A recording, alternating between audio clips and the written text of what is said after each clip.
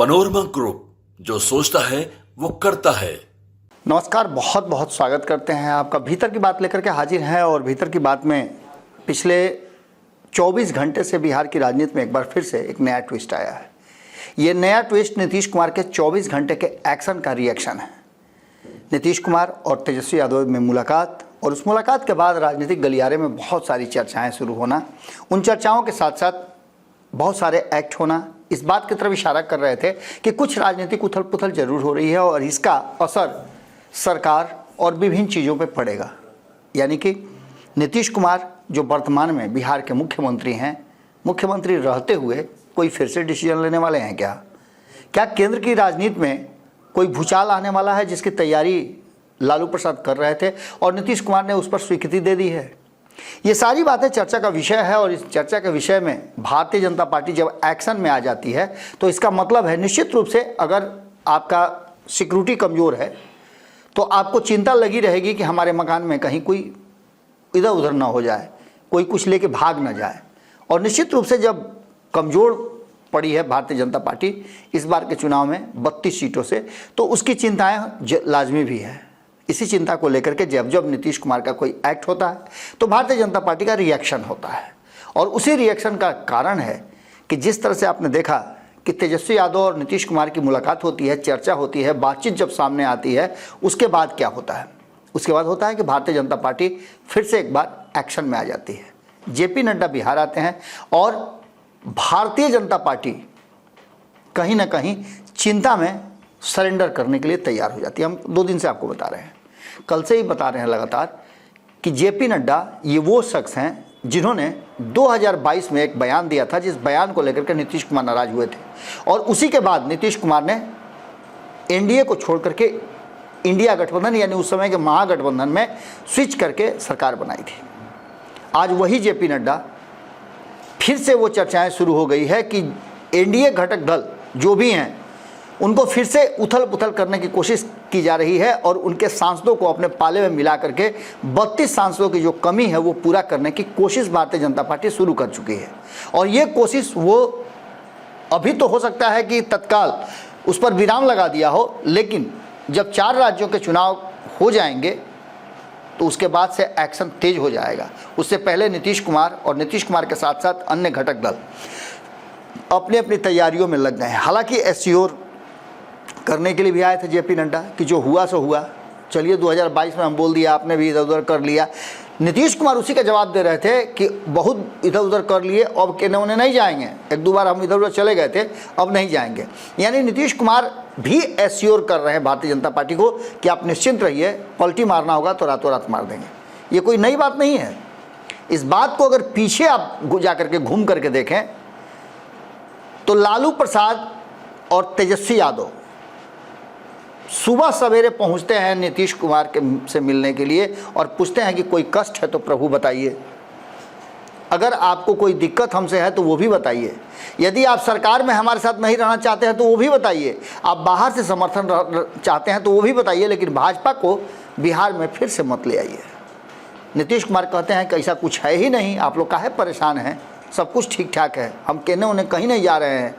लेकिन होता क्या है कि शाम होते होते तक नीतीश कुमार जाते हैं, राज्यपाल से मिलते हैं, इस्तीफा देते हैं और ये कहते हैं कि अब वो इन नए लोगों के साथ इस नई लिस्ट के अनुसार अपनी सरकार बनाएंगे।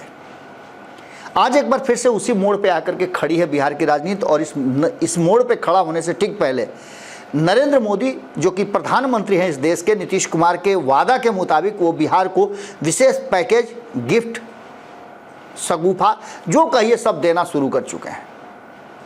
अब इस सौगात को देने के लिए दोनों हाथ से तैयारी करनी है भारतीय जनता पार्टी के तरफ से और खास करके प्रधानमंत्री नरेंद्र मोदी।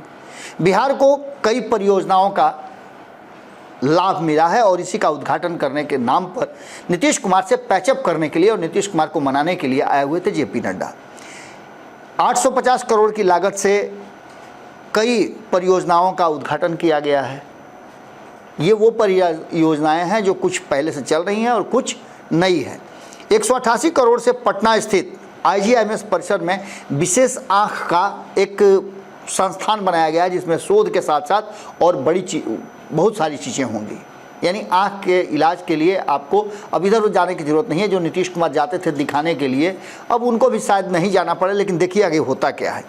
304 स्वास्थ्य केंद्र के नवनिर्मित भवनों का गया में उद्घाटन किया गया। ये भी एक परियोजना थी। इसके साथ साथ 183 स्वास्थ्य सुविधाओं का प्रदेश भर में शिलान्यास किया गया है। इसके अलावा 2005 में एनडीए सरकार बनने के बाद बिहार में जो विकास हुए हैं अलग अलग सेक्टर्स में, उसको लेकर के भी जेपी नड्डा ने अपनी बात रखी और उन्होंने एक तरह से समझिए कि ये बताने की कोशिश की कि सब कुछ ठीक ठाक है। नीतीश कुमार ने भी भारतीय जनता पार्टी को तो भरोसा दिलाया ही, लेकिन बिहार के लोगों को भी ये बताया कि हम अब इन्हें उन्हें कहीं नहीं जा रहे हैं। यही बात उन्होंने प्रधानमंत्री नरेंद्र मोदी के सामने भी कही थी, जब पहली मीटिंग में वो औरंगाबाद में नरेंद्र मोदी के साथ मंच साझा कर रहे थे। इन सारी परिस्थितियों के बाद अब जो स्वास्थ्य परियोजनाओं का शिलान्यास और उद्घाटन हो रहा है, इसमें पीएमसीएच, एनएमसीएच, डीएमसीएच, एसकेएमसीएच और जेएलएनएमसीएच जो कि भागलपुर में है, इन सभी का। इसके बाद आपने अश्विनी चौबे का सुना ही होगा कि उनका कहीं पोस्टर नहीं था, उनका नाम तक नहीं था, उन्हें बुलाया तक नहीं गया। ये सारी बातें लेकर के वो भी बवाल हुआ है। ये भी आपको समझ में आ रहा होगा। गया में भी आई बैंक खोला गया है, उसकी भी जानकारी आपको मिली होगी। ये सारी चीज़ें तो हो गई हैं, लेकिन इसके बाद भारतीय जनता पार्टी के भीतर भी आप देखिएगा कि खलबली मची हुई है और भारतीय जनता पार्टी के जो दो मुख्यमंत्री हैं उनके बीच कहीं ना कहीं गुटबाजी शुरू हो चुकी है। अब ये गुटबाजी भारतीय जनता पार्टी की तरफ से हुई है या नीतीश कुमार की मंशा से ये सब कुछ हो रहा है, क्योंकि भारतीय जनता पार्टी जब सत्ता में होती है या फिर राष्ट्रीय जनता दल भी नीतीश कुमार के साथ सत्ता में होती है तो चलाते नीतीश कुमार हैं। जब कह दिया कि सुधाकर सिंह का इस्तीफा ले लो, ले लिए। जब हुआ कार्तिक मास्टर का इस्तीफा ले लो, ले लिए। A to Z की पार्टी है, उसको MY तक ही सीमित रहने दो, कर लिए। ये सारी परिस्थितियां, सारी बातें नीतीश कुमार के इशारे पर हो रहा था। नीतीश कुमार ने कहा कि तुम्हारे विभाग का ये वैकेंसी निकला हुआ है या ये ट्रांसफ़र पोस्टिंग, इसको निरस्त कर दो, कर दिए। सारी चीज़ें नीतीश कुमार यानी एक व्यक्ति स्वयं है और वही चलाते हैं, चाहे इधर की सरकार हो या उधर की सरकार हो।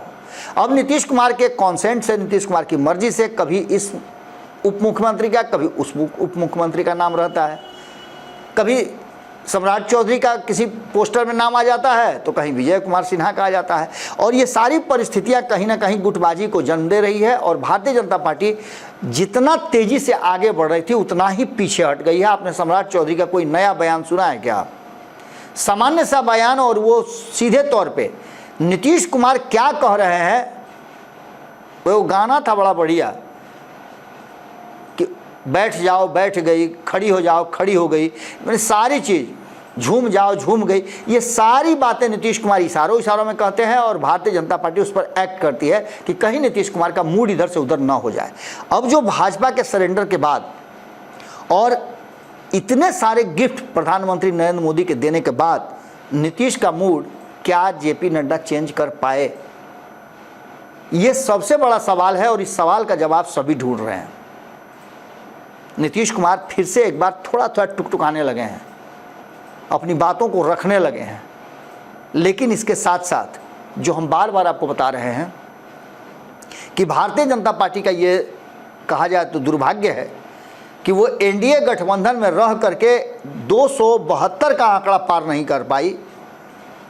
और भारतीय जनता पार्टी का ये सौभाग्य भी है कि अब तक घटक दल उसके साथ हैं और भारतीय जनता पार्टी की सरकार यानी नरेंद्र मोदी की अगुवाई में सरकार चल रही है, जिसके साथ नीतीश कुमार, चंद्रबाबू नायडू जैसे सरीखे कई लोग शामिल हैं। लेकिन ये सभी लोग मौके के इंतज़ार में हैं और मौका जब आएगा तो भारतीय जनता पार्टी से पुराना हिसाब किताब चुकता करने में कोई पीछे नहीं हटेगा। नीतीश कुमार को भी हिसाब किताब चुकता करना है कि 2013 में इनसे बिना पूछे कैसे प्रधानमंत्री के नाम का अनाउंसमेंट हो गया, उम्मीदवार बना दिया गया नरेंद्र मोदी को। इन्होंने तो गुजरात में सामान्य सी बात कही थी कि अब नरेंद्र भाई गुजरात से बाहर देश की राजनीति में आएंगे क्या, तो आ गए। नीतीश कुमार को पता भी नहीं चला और एनडीए ने की तरफ से घोषणा भी कर दिया गया और इसके चलते उनको बाहर होना पड़ा। खैर, इन सारी बातों के साथ साथ अब जो वर्तमान परिस्थिति बनी है उसमें 2025 का चुनाव और 2025 के चुनाव में नीतीश कुमार को ये लगेगा कि उनको किस गठबंधन से जोड़ घटाव गुना भाग करके देख लेंगे और किस गठबंधन में वो बेहतर प्रदर्शन कर सकते हैं, इन सारी संभावनाओं और बातों को ध्यान में रखते हुए उसके आधार पर वो निर्णय लेंगे। और निर्णय जब लेंगे तो निश्चित रूप से आप समझ लीजिए कि बिहार का फैसला देश का फैसला होगा। और जब बिहार में सरकार बदलेगी तो देश में भी बदलेगी, ये लिख लीजिए आप। कहीं भी जहां आपको लगता हो कि नहीं मिटेगा वही लिख लीजिए। पत्थर की लकीर है कि जब सरकार बिहार में बदलेगी तो देश में भी बदलेगी और इसी की तैयारी चल रही है। हो सकता है कि कभी भी आपको सुनने को मिले, आप रात में सोए रहें और सुबह राष्ट्रपति के पास एक लिस्ट चला जाए और एक लिस्ट राज्यपाल बिहार को चला जाए कि हम अब इस सरकार से अपना समर्थन वापस लेते हैं। ये हैं 52 लोग जो समर्थन दे रहे थे भारतीय जनता पार्टी को, नरेंद्र मोदी को नेता के रूप में, वो अपना समर्थन अब नरेंद्र मोदी से वापस लेते हैं। जेपी नड्डा कितना समझा पाए नीतीश कुमार को और कितना सब कुछ हुआ, देखने में तो सब कुछ सामान्य लग रहा है, लेकिन जितना दिखने में सामान्य लग रहा है उतना है नहीं।